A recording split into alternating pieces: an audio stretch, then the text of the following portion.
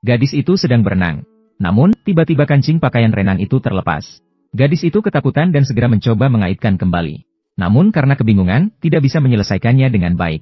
Menyebabkan penonton tertawa terbahak-bahak. Ketika seorang pria tampan di sebelah melihat, langsung bangkit untuk membantu gadis itu. Pada saat itu, seorang tante mendekati gadis itu. Kemudian dengan cepat membantu gadis itu mengikatkan pakaian renangnya. Gadis itu sedang bersiap untuk berterima kasih kepada tante. Akibatnya, tante langsung memukul gadis itu. Gadis itu langsung dibuat bingung sampai ke akar nenek moyangnya. Namun, apa yang akan dikatakan tante selanjutnya? Membuat gadis itu semakin bingung. Aku adalah kamu. Tante mengaku sebagai dirinya sendiri 25 tahun dari masa depan gadis itu. Untuk mengubah nasib masa depan. Dia kembali dari tahun 2038 dengan menggunakan mesin waktu. Gadis itu sedang berenang. Mereka bisa tumbuh besar dan kuat untuk menciptakan kejayaan kembali. Meskipun wanita tua di depannya mirip sekali dengan dirinya sendiri. Namun Luo Wei tidak percaya. Sehingga dia sama sekali tidak ingin memperdulikan. Melihat situasi, wanita tua itu langsung melarangnya untuk tidak mengemudi hari ini. Dia bahkan mengatakan bahwa hal ini akan berakibat buruk. Namun Luo Wei tetap memulai mobilnya saat wanita tua tidak memperhatikannya. Melihat tidak bisa menghentikannya, wanita tua itu hanya bisa memperingatkan Luo Wei. Agar saat pergi ke Arsian Bridge, pastikan untuk melewati Chenghua Avenue. Di perjalanan pulang, Luo Wei tanpa sadar teringat peringatan wanita tua. Setelah pertarungan pikiran yang sengit, akhirnya Luo Wei memutuskan untuk mengubah jalur. Siapa yang menyangka, detik berikutnya terdengar suara benturan keras di sampingnya. Melihat kecelakaan di belakangnya, Luo Wei sangat bersyukur telah mendengarkan peringatan wanita tua. Namun yang tidak dia ketahui adalah, pria di belakang mobil adalah calon suaminya. Alasan bibi mengizinkannya melakukan hal itu.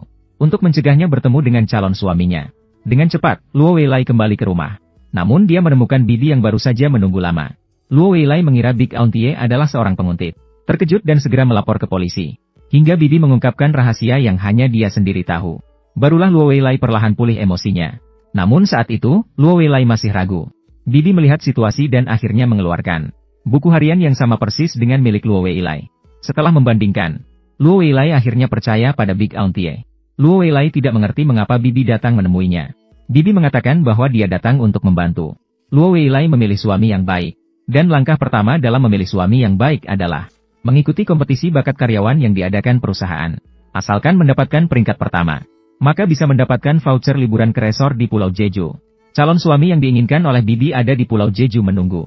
Kemudian, Luo Wei Lai mengikuti petunjuk bibi dan ikut dalam perlombaan. Di hati ayahku, apakah aku harus memukul mati bibi ekor? Ketika kena pukul, aku akan memastikan kamu mendapat balasan. Oh, minyak punggung.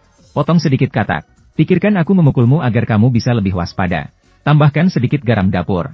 Dengan bantuan kemampuan sihir bibi, Luo Wei Lai benar-benar meraih tempat pertama. Dia yang belum pernah naik pesawat sangat bersemangat. Namun bibi memberitahunya untuk berubah. Langkah pertama takdir baru saja dimulai. Banyak hal baik menunggunya di depan. Dengan cepat, keduanya tiba di resor. Namun belum sempat menikmatinya dengan baik.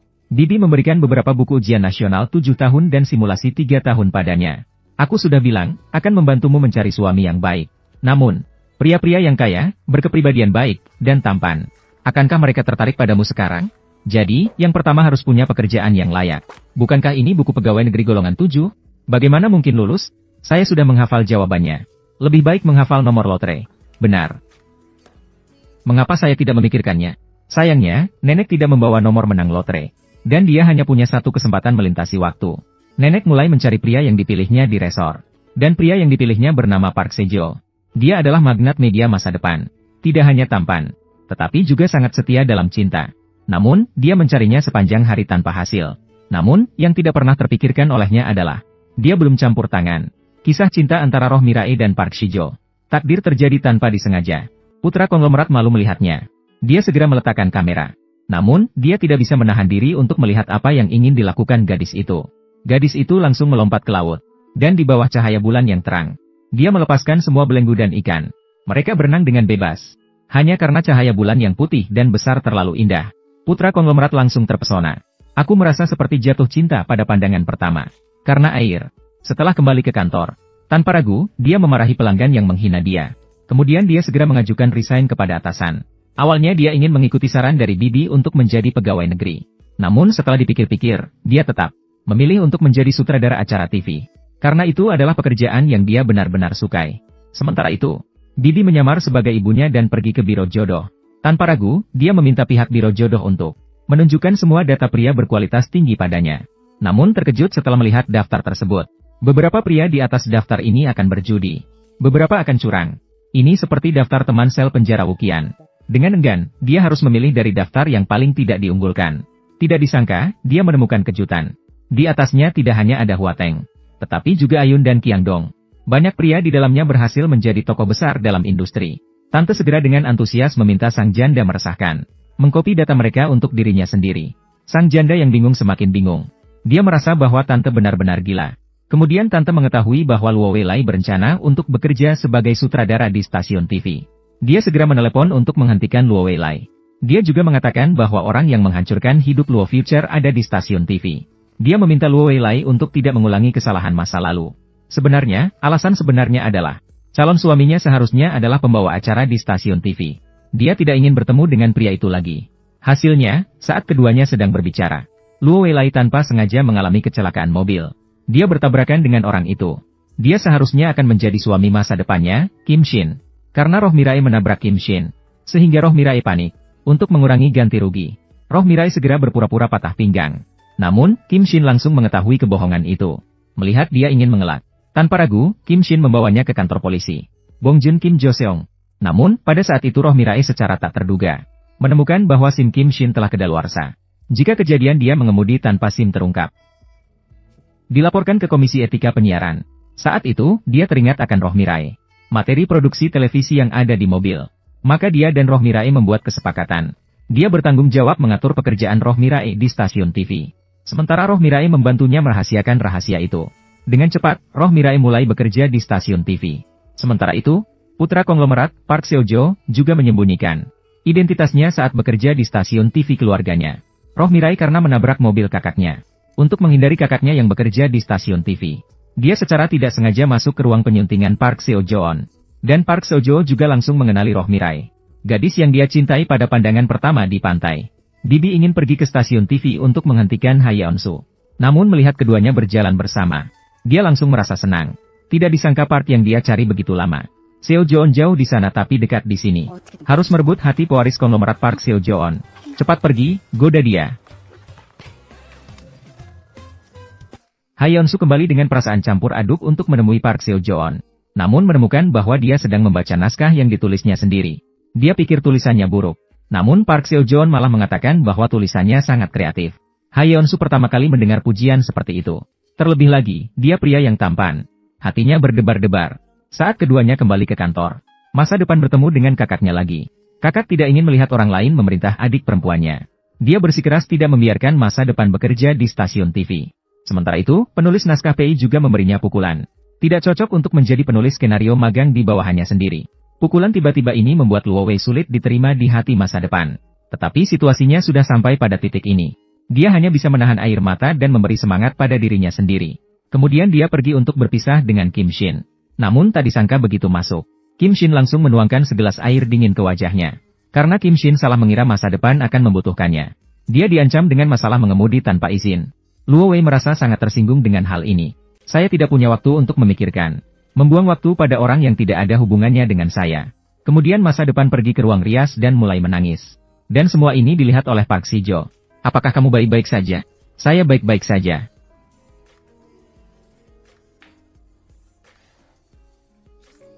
Tidak. Saya sama sekali tidak baik. Untuk menghibur Roh Mirai, Park Seo-jo memberinya secangkir kopi kotoran kucing yang baru diseduh. Setelah Mirai minum, perasaannya mulai membaik. Mengetahui bahwa Mirai dipecat oleh penulis naskah karena usianya yang tua, Kim Shin tidak bisa menahan diri untuk mengingat kata-kata ketua yang baru saja diucapkannya. Dia juga dipecat dari posisi penyiar karena usianya yang tua. Dicopot dari posisi penyiar oleh ketua. Hal ini membuat Kim Shin merasa simpati pada Mirai. Saat itu, Mirai kembali untuk mengambil barang-barangnya. Namun sayangnya, ranselnya terjebak di bawah kursi orang lain. Mirai akhirnya harus merangkak di lantai untuk mengambilnya. Semua orang di ruangan itu hanya melihat dengan acuh tak acuh. Bahkan saudara laki-lakinya juga merasa malu padanya. Saat Mirai bersiap-siap untuk pergi, Jin Shin menghentikannya, meminta dia untuk memberikan petunjuk berita yang bagus. Namun usulan yang diajukan oleh Mirai satu persatu ditolak oleh Kim Shin. Akhirnya, Future mengusulkan untuk mewawancarai seorang pria tua miskin yang menerima sumbangan amal. Seorang pria tua miskin yang menerima sumbangan dari lembaga amal. Dia mengatakan bahwa dia adalah teman bagi para lansia. Dia suka memukul dan menghina orang yang ingin mewawancarainya. Oleh karena itu, Future merasa ini akan menjadi sorotan. Semua orang merasa itu sangat konyol setelah mendengarnya. Namun, tidak disangka Jin Shin justru setuju. Dia bahkan menugaskan Future sebagai asisten proyek ini.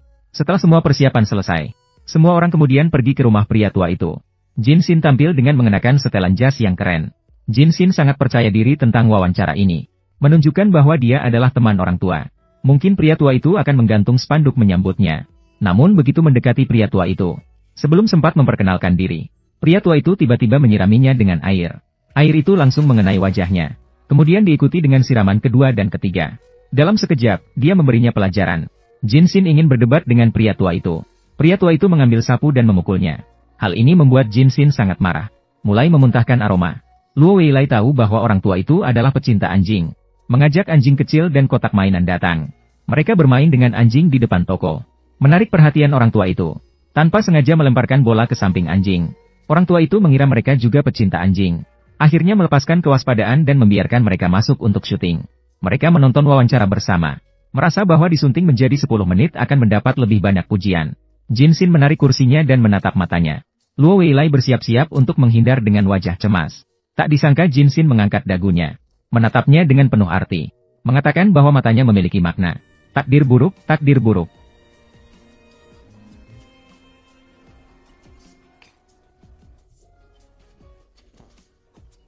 Pergi, hei, takdir buruk.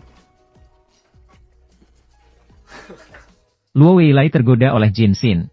Keduanya tertawa canggung. Jin Shin kembali sebagai senior. Berjongkok di belakangnya untuk memberikan panduan yang intim. Sebagai wanita lajang selama 32 tahun. Terpesona oleh pria dewasa ini, X bingung. Saat hendak pergi, Kim Shin masih meraba lembut rambutnya. Roh Mirae masih teringat sensasi rambut teh tadi. Tiba-tiba teringat belum mencuci teh selama 3 hari. Bagaimana ini bisa terjadi? Saat mencuci teh di toilet, kagum melihat dirinya sendiri di masa depan sedang membersihkan. Ibu tua memberitahunya jika tidak mengubah nasibnya, Kim Shin akan menjadi suamimu. Setelah penyelidikan saya, kecelakaan terakhir melibatkan Seo Yu Kyung. Pada saat itu, sejarah telah berubah. Su Youjing akan bersama dengan Kim Shin. Bermain-main dengan asmara tidak akan berguna lagi. Roh Mirai kembali ke kantor dan bertanya kepada rekan kerja siapa Seo Yu Kyung. Apakah dia pacar Kim Shin? Tiba-tiba muncul seorang wanita dengan rambut panjang. Tangan lembut, kulit halus, dan berpakaian mewah. Begitu bertemu, keduanya langsung bertengkar. Mereka saling bertanya tentang usia F. Sebagai tanda persahabatan, Su Youjing terlihat sangat ramah setelah bertemu dengan Kim Shin. Penampilan FS membuat Luo Weilai sedikit cemburu.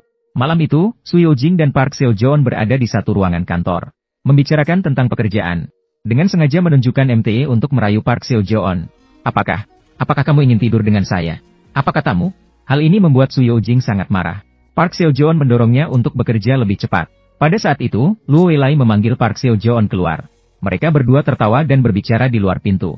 Menyebabkan Su Youjing semakin marah. Su Youjing diam-diam. Tanyakan Luo Mirai tentang hubungannya dengan Park Seo. Luo Weilai tahu Su Youjing ingin mengejar Park Seo Joon. Bertanya tentang hubungannya dengan Kim Shin. Su Youjing mengatakan pilihlah satu orang yang baik. Saya adalah orang jahat, tapi semua orang menginginkan saya. Luo Weilai tidak bisa membiarkan dua pria baik direbut. Dengan tergesa-gesa, ia segera mencari dirinya di masa depan. Membahas tentang apa yang harus dilakukan mengenai Su Youjing. Tante ingin dia menjauhkan Z dari Jin Shin untuk membantunya. Luo Weilai bersumpah untuk tidak melihat Z sama sekali. Bibi memberitahunya bahwa Park Saiju akan jatuh cinta pada pandangan pertama karena air. Meminta dia untuk mencari cara untuk merayu Park Saiju. Luo Weilai dengan sengaja naik mobil Park Saiju.